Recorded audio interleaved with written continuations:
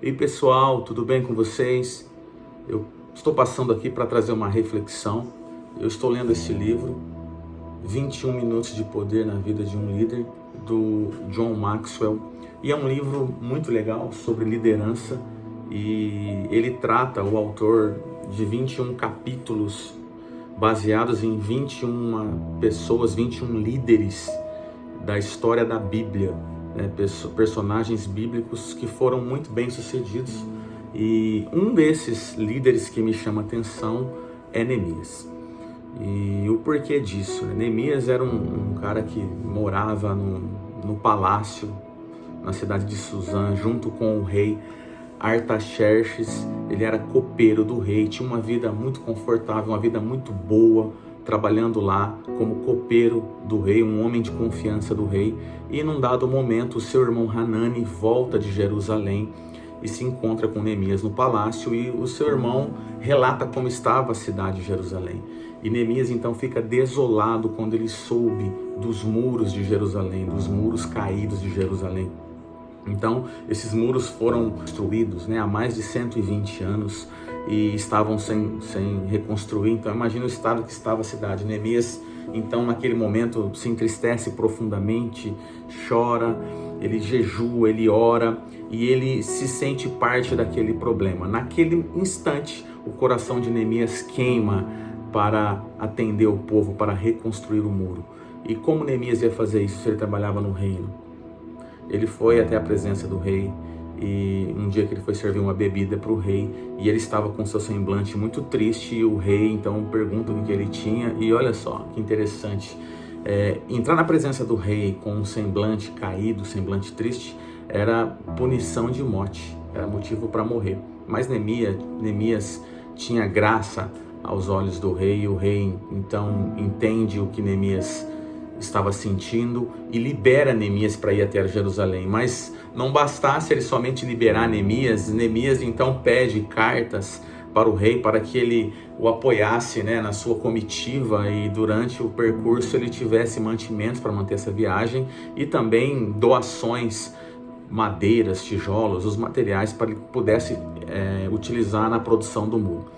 Então Neemias chegou até Jerusalém, e quando ele chega em Jerusalém, ele faz uma vistoria na cidade, num período noturno, para que ninguém observasse ele, que ele não fosse visto por ninguém, como um líder estratégico mesmo. E ele reúne as pessoas, e aí eu quero mostrar para vocês, Neemias, ele utiliza 7 princípios para fazer essa reconstrução do muro, e eu quero compartilhar isso com vocês. O primeiro princípio que ele utiliza é o princípio da simplificação.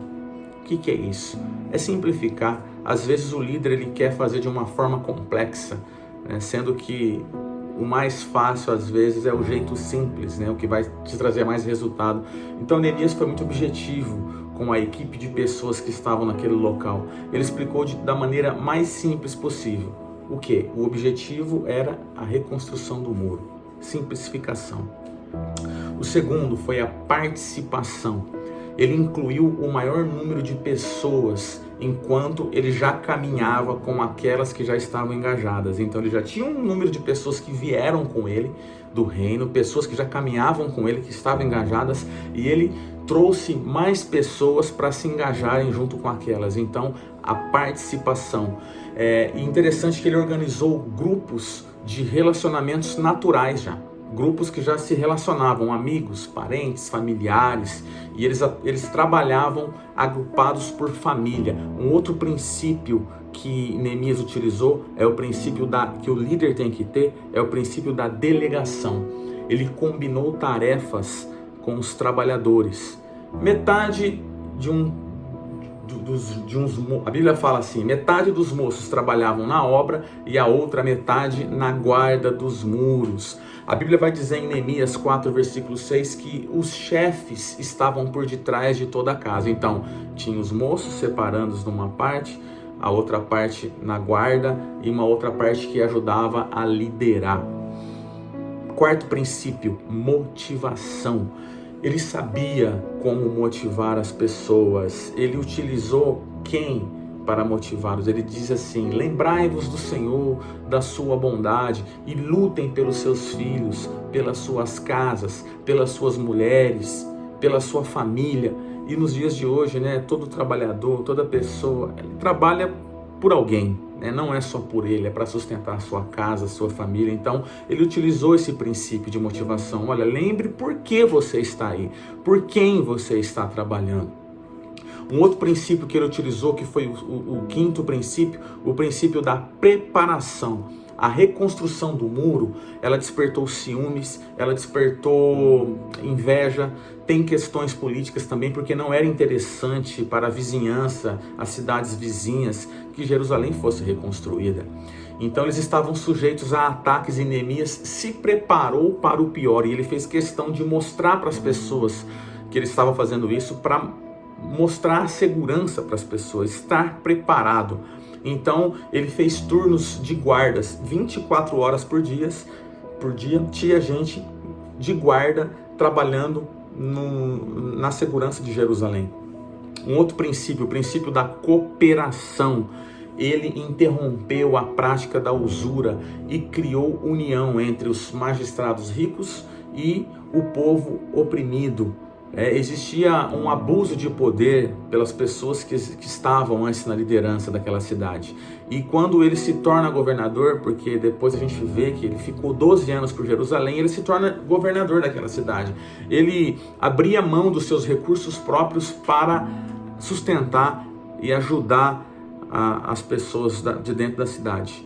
Então, o trabalho em grupo, com cooperação, resultou na construção desse muro em apenas 52 dias. E era um muro muito grande, não era um muro igual a gente vê nas nossas residências hoje, eram verdadeiras muralhas que cercavam as cidades naquele tempo. E o sétimo e último princípio é o princípio da comemoração. Após o término do muro, Neemias celebrou junto com o povo. E ele ajudou também, bancando as despesas, os custos. Ele promoveu uma festa com muita comida, com muita bebida. Ele organizou grupos de danças, grupos de louvores a Deus. E o livro da lei, um novo acordo, uma nova aliança foi feita, tudo com a organização de Neemias. Essa reflexão que eu passo aqui nesse dia é para que possamos ser como Neemias, né? Que possamos reconstruir os muros, que o nosso coração queime pelas necessidades de outras pessoas também, que possamos encontrar nas necessidades das pessoas o nosso propósito de vida. E eu quero finalizar com uma frase que o autor John Maxwell coloca no livro também, que é muito legal, que é a seguinte: quando há convergência de oportunidades, a necessidade de pessoas, o propósito do líder e o chamado de Deus tornam até mesmo o impossível em realidade. Muito obrigado.